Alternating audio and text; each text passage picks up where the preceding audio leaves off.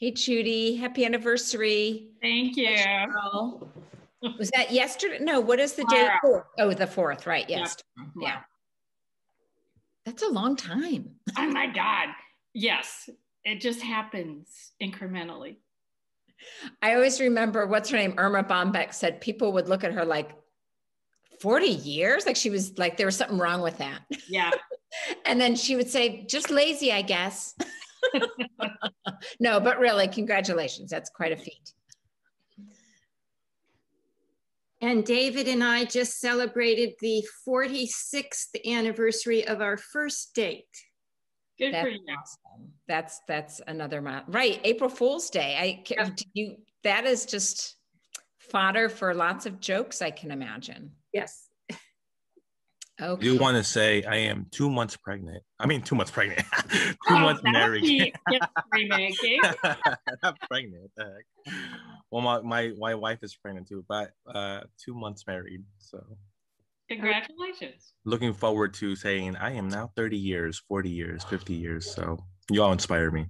Yeah, it is definitely very inspiring. Yes. Great. So we are on Facebook Live. Here we are at Constituent Coffee. I'm Lisa Reynolds, State Representative for House District 36. And with me, at least over here for me, I'll let you introduce yourself, Rep. Ruiz, and then Joe will kind of get us started. Yes, well, Representative Dr. Lisa Reynolds, thank you very much for having us. And I am Ricki Ruiz. I use he, him pronouns, and I'm the state representative for House District 50, which covers Gresham and East Portland. I'm very honored to be here today. Great, thank you. I'm so glad to have Ricki here. And he's, I'll let Joe do your intro. Sorry, I'm jumping ahead. All good. Yeah, I just wanted to thank everyone for being here today, and just wanted to start with a little bit of a land acknowledgement. House District 36, Rep. Reynolds District, is seated on the traditional land of the Yali Tualatin, the Wasco Cowlitz, the Clackamas, and the Kalapuya. House District 50, Rep. Ruiz's district, is seated on the land of the Chinook and the Cowlitz. Indigenous people have played a large role in shaping the world we live in today, so we just wanted to make sure to acknowledge them before getting started. Furthermore, we really, love this time to speak with constituents and the impassioned discussion and even critique. But we just ask that everyone remain respectful of each other and the representatives. And if anyone's behavior kind of crosses into a place that's, from frustrated to disrespectful, we may ask that individual to leave the call. And then, before we just want to do a little bit overview of programming, we'll kind of start with a discussion between Rep. Reynolds and Rep. Ruiz on their, some legislative priorities and some updates. Then we'll transition to a Q&A, and then finally we'll end it off with a fun little game of two truths and a lie between the representatives. And with that, I will hand it back off to Rep. Reynolds. Great. Again, thank you all for being here this morning. We're also to our fans out on Facebook Live. I really want to let Rep. Ruiz get started this morning.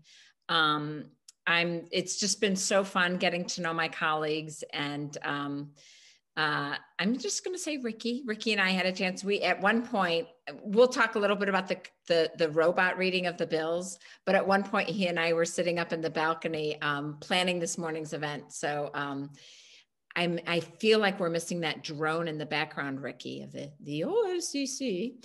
But anyway, so it's really fun to be here with Ricki. One thing that I think is so great about the legislature, in not anything unique of other bodies of people, is we all have different areas of expertise and of super strong interest. You guys know I always talk about COVID and gun violence prevention and healthcare and children and behavioral health, which are certainly all things I know that Rep. Ruiz cares about, but he has some special areas of interest and expertise. And I asked him to highlight some of that today, along with everything that really motivates him to be in the legislature. So without further ado, I will turn it over to you, Rep. Ruiz. Thank you very much, Rep. Reynolds. And I just also want to give a quick shout out to my Chief of Staff, Omar Sandoval, who is on this call, and legislative staffer Teresa Mai, who's also on this call as well. I mentioned earlier, I get the great honor of representing House District 50, which is Gresham and East Portland, in the Indigenous class of Chinook and Cowlitz. And when I first announced my candidacy to run for state representative, there was no pandemic. None of that. It was not even in my wildest dreams that I was going to think that I was going to be a legislator during a worldwide pandemic, and here we are today. I thank my freshman colleague in Representative Reynolds. I think we connected right away, and I will save this for the truths and one lie. I was going to actually just expose it, but I will save this for later. But it's been honestly such a great honor to be serving with all sorts of leaders and people around the state who are doctors, who are first responders, who are regular folks like you and I. And the beauty of it, and I truly do believe this, I was talking to my staffers earlier this week, I truly do believe that a majority of us who are in the legislature come with a good heart to serve our communities and our Oregonians. So with that being said, I want to feel free, if you have any questions, feel free to raise your hand at any time. We're more than happy to answer any questions you might have. But we're working on 3 very big bills on our end, and it wouldn't be fair if I didn't share them with all of you. The first bill that I'm very excited about, and Rep. Reynolds I know is very excited about, is House Bill 3294, which is the Menstrual Dignity Act. This bill I think now it's being sponsored by over 25 legislators. And it started with about 5 of us. And this bill, what this bill does is it provides free menstrual products to all public education buildings. We talk about middle schools, high schools, community colleges, public universities. This bill will help provide all those products in all the restrooms of all those public education buildings. 1 in 5 individuals who menstruate cannot afford menstrual products, and 1 in 4 teens tend to miss class because of the lack of products. And I know maybe Rep. Reynolds received emails from her constituents, but I received emails about people being very happy about this bill, but also folks who have had traumatizing experiences as students. And I won't share the stories that I got, but some of them are very, very traumatizing, and the shaming behind a natural body function is very unfortunate, and is still ongoing as the public education as part of life, I guess, and it's very unfortunate that many of our young women and young menstruators have to deal with that. And we hope that this bill will not only help in the education realm, but also will help save lives. So you all know toxic shock syndrome is a real thing, and that happens typically to individuals who cannot afford products or just leave one product in for a long period of time. So we, Rep. Reynolds and I are chief sponsors on this bill. We're joined by many other folks, and it's actually going to go up for a work session in 5 days. So we're very excited. I think this is it. This is the shot. I think we're gonna get it through the finish line. And for me, I think this is a bill that shouldn't have partisanship. I think there's all of us, I think agree that this is a bill that will serve all Oregonians in every single corner of this state. The second bill that I would like to talk about is House Bill 3112, and that is the Cannabis Equity Act. And it's a very, very big bill. I believe it's over 70 pages, and I really do hope we skip the reading of the bill on this one, because as you all probably were aware, we just finished a 170-page bill that was read by Siri, or I don't know what it was, but and that really pushed us back from the work, that really important work that we were supposed to be doing as legislators. But the House Bill 3112, the Cannabis Equity Act, just to summarize, there's 4 parts to it. Part number 1 is a community investment. So part of this bill invests resources into programs that rebuild wealth for Black, Brown communities, including education, land and home ownership, small business development, job training, and placement. So that's community investment is a big one for this one. The second part that I'm really excited about is free automatic expungement, which means basically free automatic expungement of everyone with an eligible cannabis conviction, even people who owe fines and fees. And just so you all know, basically, there's less than 200 cannabis-related expungements have been processed since Senate Bill 420 passed a couple years ago.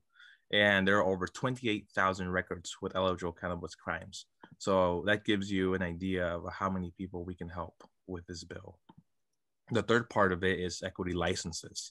It basically would increase diversity among cannabis licensees by creating equity license types with reduced fees, faster processing, and capital and technical support. And the fourth part, it creates a governing body. Ensures that the Cannabis Equity Fund invests in Black, Indigenous, and Latinx communities and tracks measurable return on investments and funds. So it's a very massive bill. There's actually a website that you all can visit, and it's called cannabisequityoregon.com. And it gives you basically what I just talked about and more information about what this bill truly does. So for me, that's a very big one. And it's actually, a bill that formerly Rep. Akasha Lawrence Spence started, and it truly is a legacy bill. So I just want to make sure it passes on honor of her work and the work that over 60 plus community members worked on this, get this through the finish line. So shout outs to Rep. Akasha Lawrence Spence, anywhere you are, thank you for this work. And the third bill that we have is, Omar, you might have to help me with the House bill number, but it is farm worker overtime. And as many of you might know, farm workers is one of the lone professions that does not qualify for overtime pay. House Bill 2358. And I come from a farm working family. Both of my parents dedicated almost all their lives to farm work industry. My dad, I shared this story this week on Twitter. My dad worked 21 years as a farm worker, dedicated over 83,000 hours of farm working. And you put that in average, it's about 76 hours per week, year round. No vacation, no healthcare, no sick time pay leave. And was actually never making minimum wage. He was making money depending on how much he could pick. And there's some days that he would make good money. There's some days he didn't make money at all because he had no times off. He suffered a lot of different injuries that he just put a Band-Aid over and went to work again. I got stuck on I-5, I think this Thursday. And I was talking to my dad about like, oh my gosh, Dad, I've been in the legislature sitting for 12 hours. And now I'm stuck in this traffic. I'm probably going to be here for another couple hours. And he humbly reminded me, oh, you were probably sitting down in the chair the whole time, weren't you? Just imagine picking berries for 15 hours straight, 15-minute breaks here and there, and a 15-minute lunch. And I was like, oh, dang, you're right. I shouldn't be complaining. And that's the reality. I think, I remember growing up how difficult it was for us. How difficult and how, both of my parents put a happy face every single day. But as a kid, I didn't really know how much we were struggling.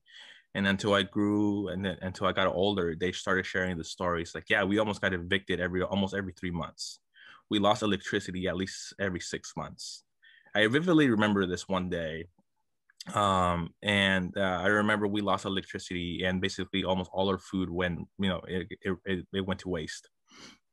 And we were just so hungry. My sister and I, who was like 2 years old and I was 7 years old, we just were really hungry. And I remember my dad we keep our cereal on top of the fridge, grab some Cheerios, put it on the bowl, and put some water on it. He started eating it. He's like, oh, guys, you all know, like, milk is not even good for you.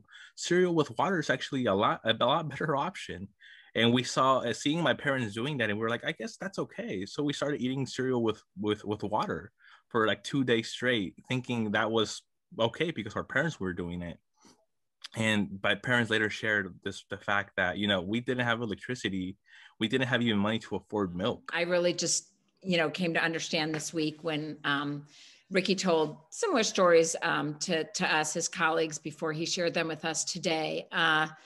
but I mean, the fact that farm workers are like pretty much the only workers who are exempt from overtime pay, it is so rooted in certainly in slavery and ensuing racism. So it is long overdue to right that wrong. And farmers are understandably a bit nervous about their, thin revenue margins being eaten into. But I think we all have to understand that lettuce costs more than $1.25 a head. I mean, it costs $1.25 a head because we don't pay the people who pick the lettuce anything. We don't pay them a living wage. So I think we have to come together as a society and a community to pay what it costs to have our farm workers earn living wages, or at least humane wages. So thank you so much for your work on that. It's really, really, really an honor to be working with you on that.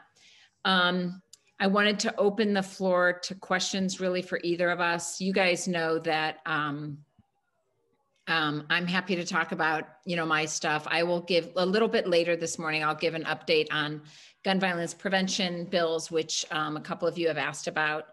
But one thing, even though I just said I'm going to open it to questions, I do want to bring up one other thing and ask for Ricki to, Rep Ruiz to comment on that as well. I receive a lot of emails including from some of you in this room today about the Representative Mike Neerman situation. And for those of you who may not know, on December 21st, when the legislature was having a special session, it's before Rep Ruiz and I were in there. We took office in January. There was really a white supremacist kind of pro-Trump, stop the count, the whole thing, the conspiracy theorists out in front of the Capitol building, many openly armed with those big guns. At that point, as it is today, the Capitol is closed to the public in large part due to COVID. But on that day, it was fortuitous because it was also helpful to be able to keep out these armed protesters. Well, Representative Mike Neerman, who I found out is Omar's representative, we won't hold that against him, went and let the protesters into the building. It's on tape. It's a little bit like, it's on tape. It's clear. So several people have asked me appropriately, why is he still there in the legislature? He has been stripped of his committee assignments, and he has had to give up his key, but he's there. He's there on the floor. He sits about 3 or 4 rows behind me. Ricki, I was wondering if you could comment on that. Oh, geez. Well, first of all, Omar, go get your representative. My goodness. I'm just kidding.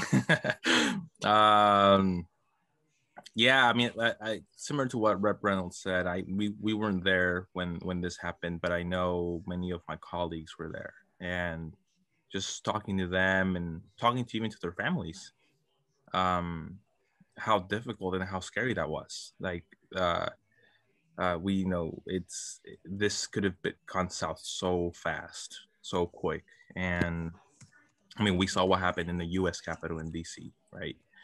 Folks were there with an intention. Folks were there to kill.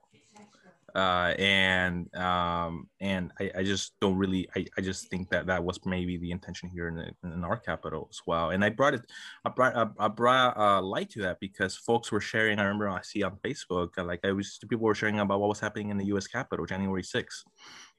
And I was reminding folks, letting them know, like, hey, this happened here as well, December 21st. Rep Neerman's still in office. He's still voting on bills. He's still showing up like nothing has happened. I'm urging my colleagues to continue to push for his resignation.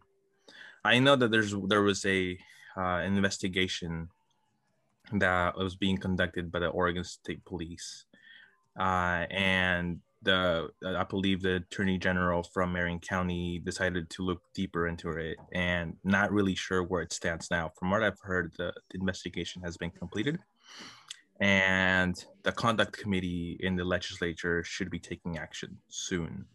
Not sure how soon. All I can say is they've taken already too long. It's already April 3rd. We're almost halfway through the long session, and this guy is still showing up to vote on bills and pushing their agenda even further. I shared this with leadership as well, and I told them, listen, if this was me who had led insurrections into the Capitol building, I guarantee you a couple of things. Number one, I would have been expelled probably the next week. Number two, I'll probably be in jail. I would have been in a jail cell right now. Why? Because that's the systemic racism that we have in this state and in this country, that for us as people of color have to face triple consequences to what our white counterparts do. And that's the reality. And I'm sorry if it makes some of you uncomfortable, but as a 26-year-old legislator, I see this loud and clear, and this is exactly what's going on with Representative Neerman. I am not afraid to say this here right now. I think he should resign. He should have been resigned from a long time ago. I don't feel comfortable being in the Capitol. I don't feel safe. We're in the same floor as him, and I've expressed this to many of my colleagues, and some of them are backing me up. Some of them are just still deciding to stay quiet.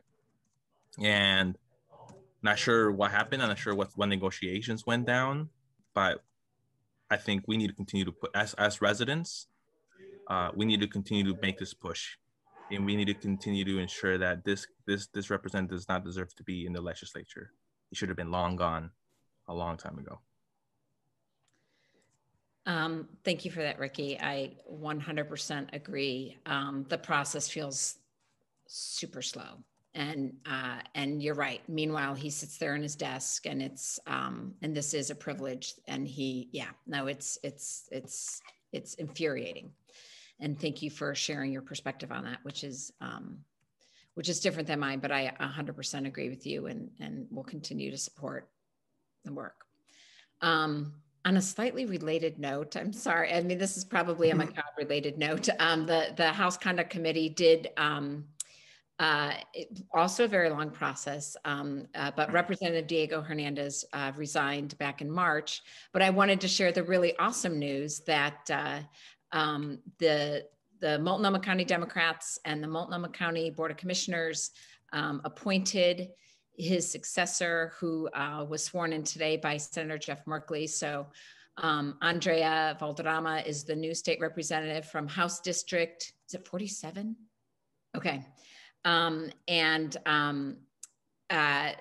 thing that makes that especially cool is we now have a majority of women in the Oregon House of Representatives. So there's now 31 out of 60 representatives are women. So that was exciting. And Andrea will be with us on Monday on the floor. I would now, where are we with questions here? Joe and Omar, we can take a couple questions, and then I'll talk guns, or gun violence prevention more likely. Yeah. I think if anyone has a burning question, now would probably be the time to do it. And Joe and representatives, I think I caught a hand get raised by Jaime Rodriguez. Yes, I saw that. And then did you put it down, Jaime? I'd love to have you. I know it's more of a comment and a congratulations to you both for your work. I can't say how proud I am that AFT Oregon endorsed you guys both, and Ricki, especially as a former farm worker. The two bills that you've been introducing are way overdue. As a former farm worker myself, raising up, as someone who in my adult life has visited farm worker camps, has donated clothing and food, and it's been 30 plus years where the number one request that's not in the box, where are the female hygiene products? That's what we need most of all. Sometimes we get too much bread, sometimes we get too much eggs. We don't get enough dairy, obviously, but we need female hygiene. So for you to step up, and then also an added bonus is the farm workers overtime bill. Both are essential. We as farm workers union, because when I was working up, especially here in Oregon, there was Russians, there was Vietnamese. It was a kaleidoscope of diverse workforce in the fields. But to everyone, we're going to be thankful if that farm workers health care overtime bill gets passed. Let us know what we can do. And again, also with the gun safety bills, Lisa, keep pushing it. There was a more shooting today somewhere in California, and it's just like every day. And as we close in on vaccinations nationwide, and more people are starting to get relaxed. I mean, the mere fact that we haven't had any shootings in schools only because they haven't been there. And I know that it's hard on everybody, the challenges that we've been doing, and everybody, even my own family, it's getting to us that we just cannot stay home alone, and we need social contact. That's just a human nature. So again, thank you guys for your work and the great support from all these who are joining in on the Saturday morning. Thank you. Jaime, so nice to see you this morning. Can you just quickly introduce yourself and your organization? Yes, I will. Obviously, Jaime Rodriguez. I now live in Marion County in District Representative Alonso Leon. Formerly, I was in Washington District, Washington County with Corey Neuron, Representative Neuron. I am the AFT Oregon president, 16,000 members strong, mostly the faculty and higher ed. We do have 4 K-12 units. And I do want to ask that we get your support for our part-time faculty healthcare bill. That I do want to ask. You got it. You got it. I think I signed on to it, but I can't remember. Same here. I'm a sponsor on that bill, so I appreciate we're that. pushing Thank hard you. on that one. Yes. And AFT. See, we're also around this all the time. American Federation of Teachers. Yes, so thank you for being here this morning, Jaime, and for all your great work. And speaking of schools, we'll segue. PPS opened its doors today for, I think, kindergarten, first grade, I believe, maybe kindergarten through second. Next week will be the up through 5th grade. And then on April 19th will be the 6th through 12th grade for a couple hours a day. So it's a start. I know that a lot of the families I've talked to are really excited. I also know about a third of the families that I talk to in my practice are opting to continue with comprehensive distance learning for the rest of the school year. Yeah, and I think we're hoping for back to a more comprehensive in-person learning, certainly by the fall. As a lot of you may have heard, Pfizer's results on vaccines for 12 to 15-year-olds are astoundingly awesome, which we kind of expected, but it's nice to have that. And they and Moderna, well, they're all quickly, testing it in younger and younger age groups. So my hope is we can get a huge chunk of our school children vaccinated before August, which would be a huge lift, but I think we're up for it. There's some questions coming in through the chat. I will give a gun violence prevention update. You're right, Jaime, that it's such a sickening thing that we really didn't have a mass shooting in the US for, not quite a year. I mean, it wasn't a year, it was a little bit less than that, but mass shootings are now on the rise again, I think, as we're out and about in community more. Atlanta, Boulder, Orange, and of course, the bulk of gun violence are the 100 or so people who are killed every day in non-mass shootings. But in Oregon, we are working hard to pass some bills that will save lives the day that they're enacted. As you all know, a bill that I've been championing this year is closing the Charleston loophole, which just gives law enforcement the time that they need to complete a background check. As federal law stands right now, if that background check is taking more than 3 days, the seller has a right to release the gun to the purchaser. That bill right now is in what we call the parking lot, or what I call the parking lot, which is the Rules Committee, which means it's not dead, but it's on pause. And that's, I know someone specifically asked, why is that bill on pause? It is such a good bill. It's also, has bipartisan support. I shouldn't say bipartisan sponsorship, but bipartisan people have told me they support it. But it is we're in a little bit of this chess game of which bills are we going to get over the finish line this session. I mean, to me, like housing bills, healthcare bills, there shouldn't be a limit. But for some reason with gun bills, it tends to be, one bill a session, maybe 2. So the bills that we are, us in the gun violence prevention kind of movement are strongly prioritizing is secure gun storage, which would require that guns are locked when not in use. That passed a huge milestone this week in Rachel Pruzak's committee when it passed out of the healthcare committee. And we all whooped it up that evening listening to the robot. we actually had a little wine after the robot, and so that's really exciting. So that's due to come to the House floor for a vote, and that will be a really, really special and important day, and then hopefully make its way over to the Senate. I say hopefully because these things always seem so fraught.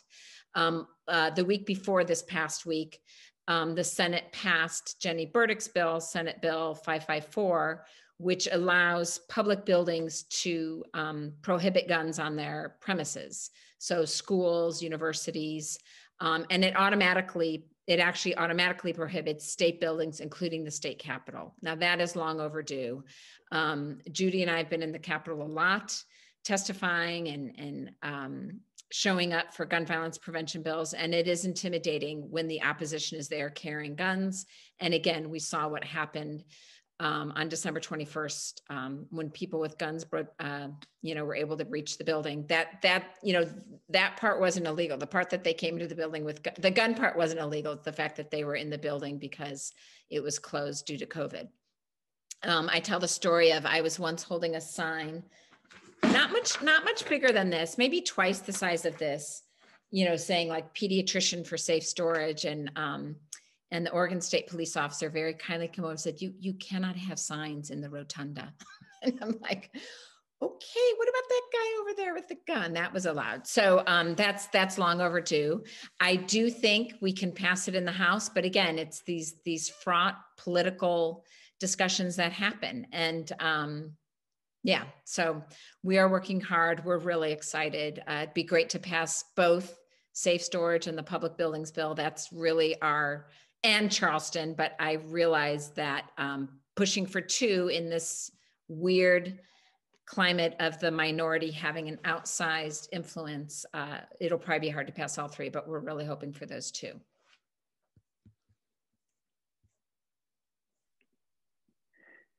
And representatives, if I may flag, I believe I saw a hand come up from John. Yes. Thank you. John. I have a question for each of you, for Representative Ruiz. Can you provide us with an update on HB 2005, which is the Just Enforcement Act or Wage Theft Act, which has been strongly supported by the farm worker community and has died because of the opposition from the business lobby for a decade in every session? Thank you, John, for your question. I can get you more information on what happened with 2005. I think this is a bill that Representative, I think if I'm reading it right, Speaker Kotek actually introduced.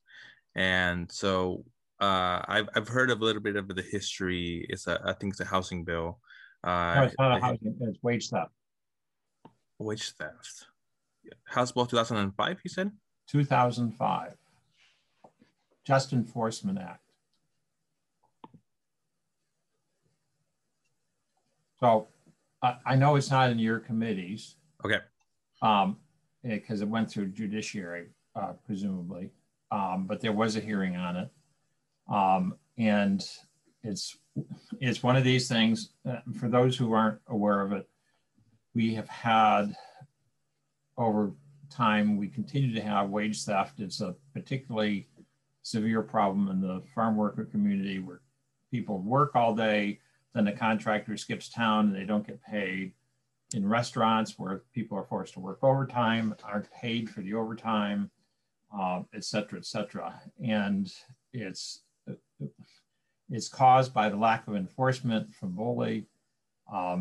And, if people were stealing with a gun in a store, even if they stole a loaf of bread, they go to jail, but you can steal a man's wages for a month and not go to jail. So I'm raising this because it is one of those bills that kind of comes up, dies, and legislators who are not on the committee don't get involved in it. So yeah. I'm kind of asking both of you. Yeah, we'll find the right number because 2005 was not the right number for the House bill. So we'll dig some at 2205.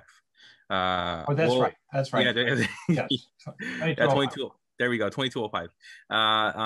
We'll dig deeper on figuring out what went wrong. And you're absolutely right, John. I think wage theft is a very, very, very serious problem among our farm workers, among our construction workers, among those who basically do not work for a union represented company. Yeah. I hear this from my friends who work in construction fields, how they have to wait sometimes a month to get paid, or sometimes 6 weeks to get paid. And when they get paid, they don't get paid the amount that they agreed upon. So it's happening. It's been happening. It's very, very, very sad that it's been killed. I mean, I guess it was scheduled for a work session and a public hearing last month, but we can dig deeper, John, and figure out what went wrong. And I think this is a bill that we need to push very, very strongly. Yeah, with your presence, you can make a difference on this one. John, thank you. I have a quick question for Representative Reynolds to do some research on. All the national newspapers show Oregon with a 1 percentage point higher vaccination rate than OHA does. It's about 50,000 people, and or 50,000 vaccinations. And I don't understand why that discrepancy, but you know, Washington Post, New York Times, Bloomberg all show this higher rate. And I'm wondering if it's because you're not including, or the OHA doesn't include vaccinations through the Veterans Administration, but the national ones somehow seem to add it, and why we have that discrepancy. I know you probably don't know the answer now, but I don't, but I love that stuff. So we will definitely look into that. I thought what you were gonna say, and I'm gonna take this opportunity to say it, is that Oregon is in the bottom third of the country for our vaccination rate. And I find that really frustrating. I think, and I will say I volunteered, although I shouldn't say that because I think I might be getting paid. And if I do, I'm going to donate it. This is through Kaiser. I was a vaccinator at the Oregon Convention Center last weekend. It was so fun.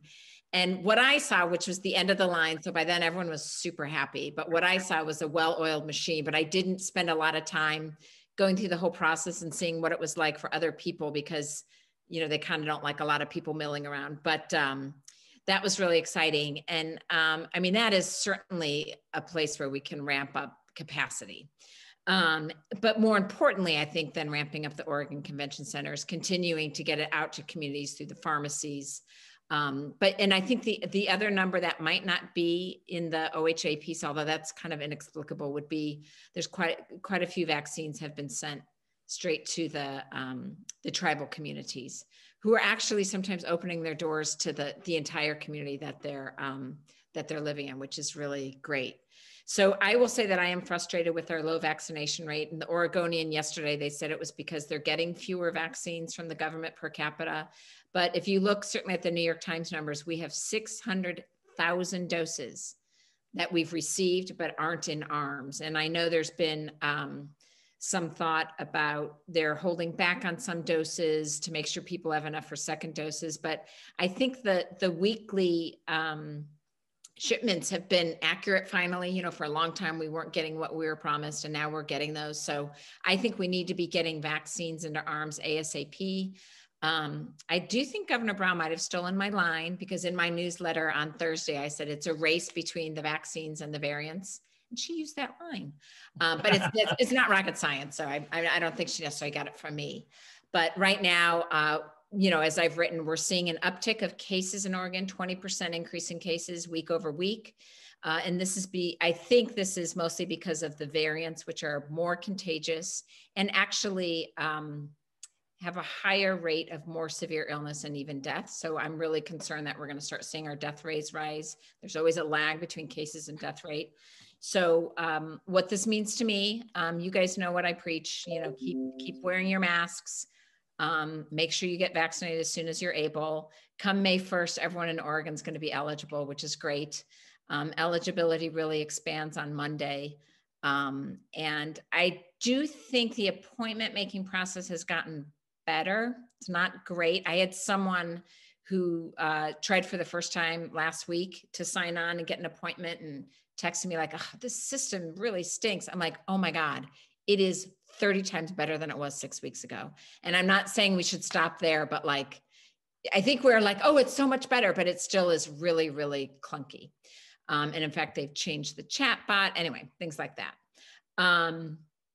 Great, Kat. Great. Glad to hear you had a good experience at the convention center too. It's just such a great vibe there. Oh my gosh, it's so fun. And, you know, I had a young woman who was really nervous about getting her vaccine. So we like took her to the back where there's a whole nursing unit so she could lay down while she got her vaccine. And the nurses were all like, oh, honey.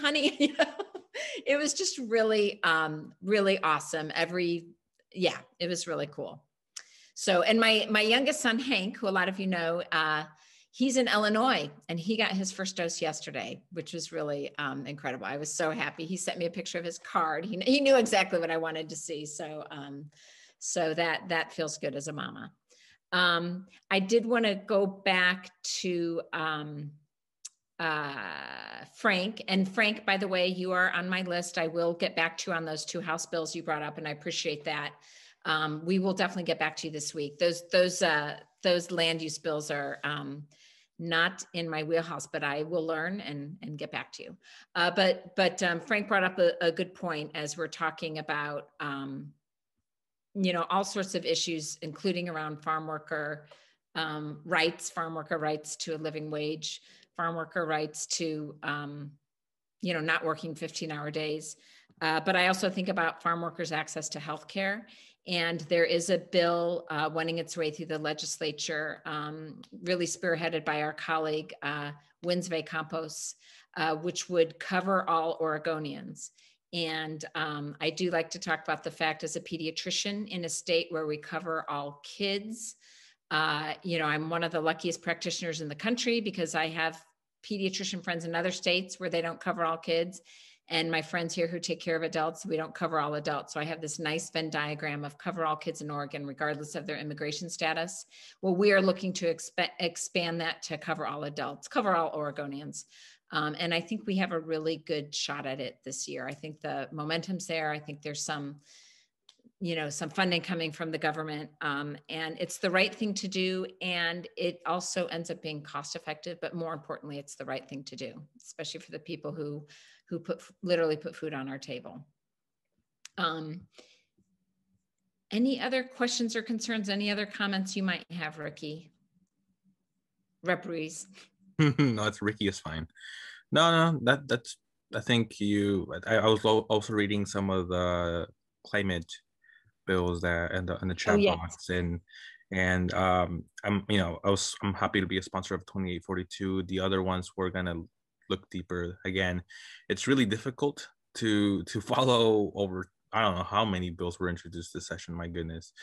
But if they're done in their committees, it's difficult to kind of see what other bills are being introduced. So I appreciate, Steve, you bringing this forward to us, and I don't see why I wouldn't support all 3 of those bills. I think one thing that I talked to one of my favorite constituents out in East Multnomah County is that I think we need to make sure we have a planet to live on. I can introduce all these bills that are going to take effect 2050, 2060, but if there's no planet that we don't live on by that time, what's the point? So, yeah, we're going to look more and deeper into those other bills. Thank you for your sponsorship on 2842 and your interest in the others as well.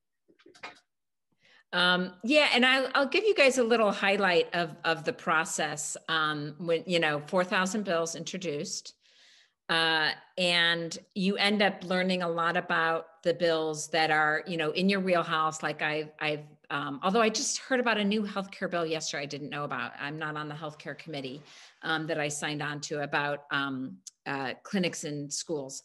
But you learn about things that are in your wheelhouse. You learn about things for sure that are in your committee, and you're reading those bills, you're studying those bills.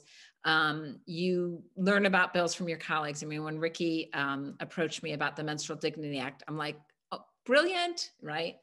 And then as bills wend their way through the system, we start talking about it as a group of Democrats. So I anticipate these climate bills that Steve put in the chat will be something that we'll be talking about as a group of House Democrats.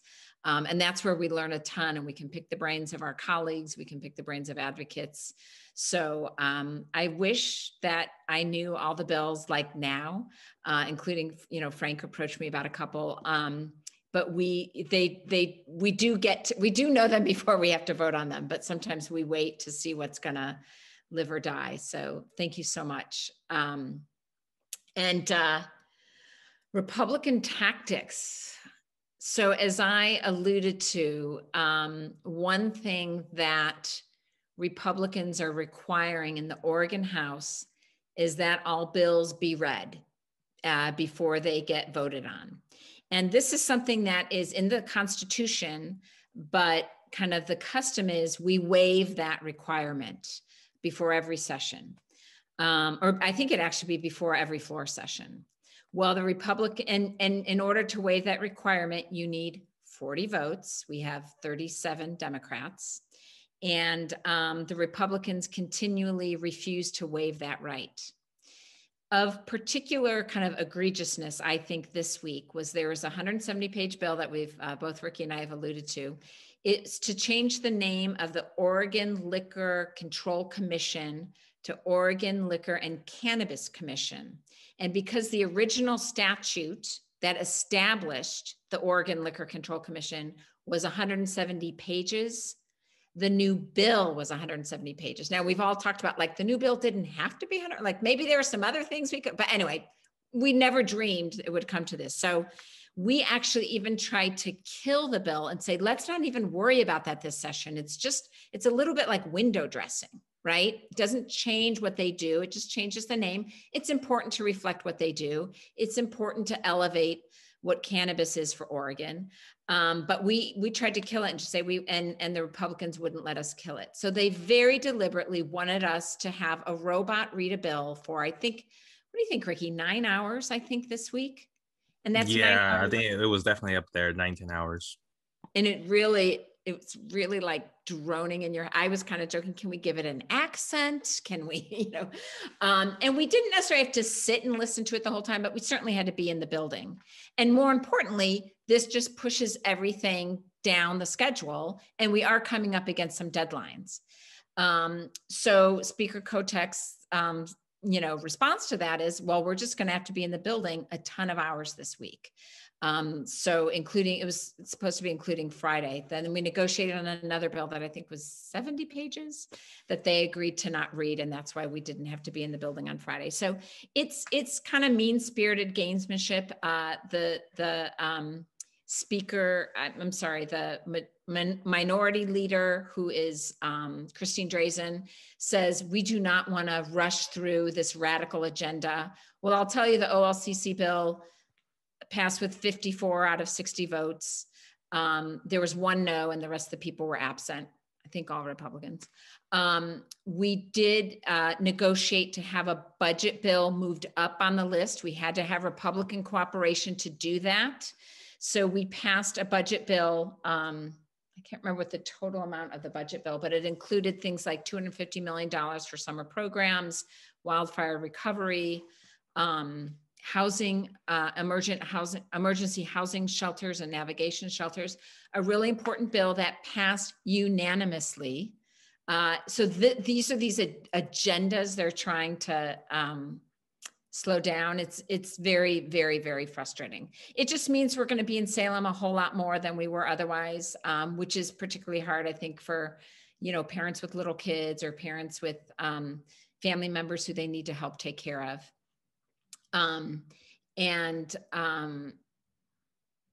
So we would really love it if we don't think the bills need to be read aloud. In the old days when people didn't have access to the bills, it's how people learned about the bills.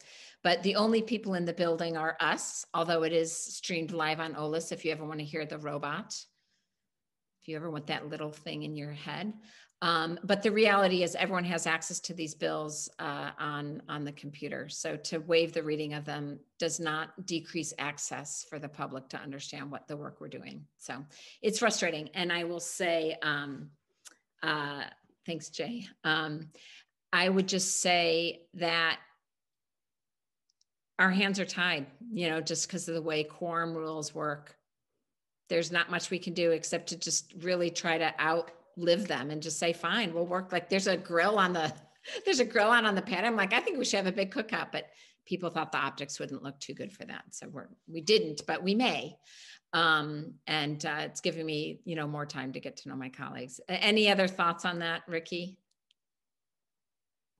Yeah, I mean, it's part of the job, I guess. I I think a lot of it has to do with previous legislation and the last couple of years that both Rep. Reynolds and I were not part of. So I truly do come with a full heart and dedication to do the people's work, and I have great conversations with everybody. And unfortunately, yeah, politics get in the way, and the bill that is 170 pages has to be read out loud for whatever reason. So I just, you know, was not part of the legislature in 2019, 2017, it seems like there's a lot of hurt feelings from past legislation.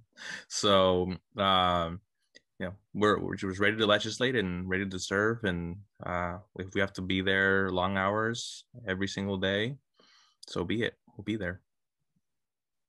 And I will say one cool thing that happened this week while the computer was reading, since we were there, is a group of us got, had Oregon State Police bring us up to the top of the Capitol. So that's that gold man who's on the very top of the state Capitol building. It was very spontaneous. That's why Rep. Ruiz wasn't there. We were like, oh my God. We found a police officer who agreed to take us up there. And then she kind of lay on the ground to get that photograph. And then she lightened it up and she had printed versions of for all of us the next morning. It was super awesome. And that was a bipartisan group. And I will say it is interesting because I am forming friendships with my Republican colleagues, but then it is disappointing when they end up feels a little bit like they're playing games. And I have approached a few of my colleagues about that. And we've had conversations, doesn't really change anything. I thought at the very end, so there's another Ricki Ruiz here. No? So I'd say that was, that's Carlos. Oh, sorry. No, he's cool. He's cool. That's not a Zoom bomber. No worries. You know what? I'm so sorry. I actually kicked him out because Omar was making that face. Hey, you can never be too careful, you know. He looked super nice. Will you please apologize to Carlos for me? Oh, yeah, he'll be okay. He'll be okay. I'm so sorry. I think I'm a little spooked by those jerks who were here earlier today. Please invite him back. Oh boy, just batting 1,000 today. Okay. Hey, so we thought since Ricki's from Gresham, which I feel like, you know, I don't know much about. I drive through there on my way to go cross country skiing. We thought we would do a little game about our districts called Two Truths and a Lie. So Ricki's going to say 3 things, one of which is a lie, and you guys have to guess which is the lie.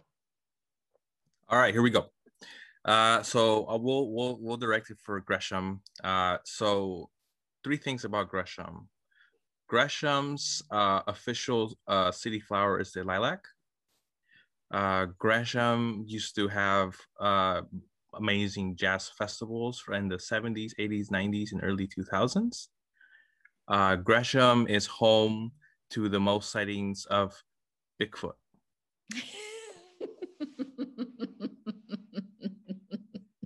Okay, you guys feel free to put in the chat what you think Ricki's lying about. And he never lies. He's a very honest elected official. Very honest. That's a good one. I feel like that was easy. Bigfoot. Yeah. So JCA thinks it's number 2 because JCA has actually seen Bigfoot in Gresham, like downtown, or. Oh yeah, there's definitely. Yeah, I'm telling you. I will. Yeah, at the mall, exactly. This is a lively group. I will say so for Portland. I will say our Portland's official flower is the rose. Number 2, we are an anarchist jurisdiction. And number 3, the cherry blossoms are really beautiful right now. So which one is the lie? Anyway, we just thought we'd have a little fun to close things out this morning. We are really, thank you. Yep, you guys are right. Trump was wrong, it turns out. Who knew? We are not an anarchist jurisdiction. But I will say, we are not an anarchist jurisdiction at all. But I will say, I am a little concerned about downtown when I'm walking around there these days with so many businesses boarded up. And so we are looking to have kind of a City of Portland town hall with some other elected leaders in the next few weeks here. So stay tuned for that. Thank you all so much for spending part of your Saturday morning with us. I'm always grateful for this time. Thank you, Kat. Always great. And you guys all know you can reach out to me or Rep Ruiz on anything. I'm sure he'd love to hear all your, if you guys have any thoughts on the work he's doing. I'm sure Rep Ruiz agrees with me. We are here for every Oregonian, not just those who are in our district. And again, very grateful to have you here and so thrilled to have Rep Ruiz and his staff with us today. What a treat. And I'll let you close us out, Rep Ruiz. Mic drop. Oh my goodness. Yeah. Honestly, hence I think we do get the honor to represent our districts. And I told this to my team. About how we prioritize our constituents, but at the end of the day, we are state representatives. We represent the whole state. So I know all of you are probably not in my district, but feel free to reach out at any time. I believe Omar has dropped our contact information. Follow us on social media as well. And the work we're just getting started. So I'm very happy to be serving with Rep Reynolds and the rest of my colleagues. And again, my virtual doors are open for all of you as well. So feel free to knock on our doors and we'll be there. Great. Thank you so much. Thanks, Rep Ruiz. Thanks, Omar. Thanks, Teresa.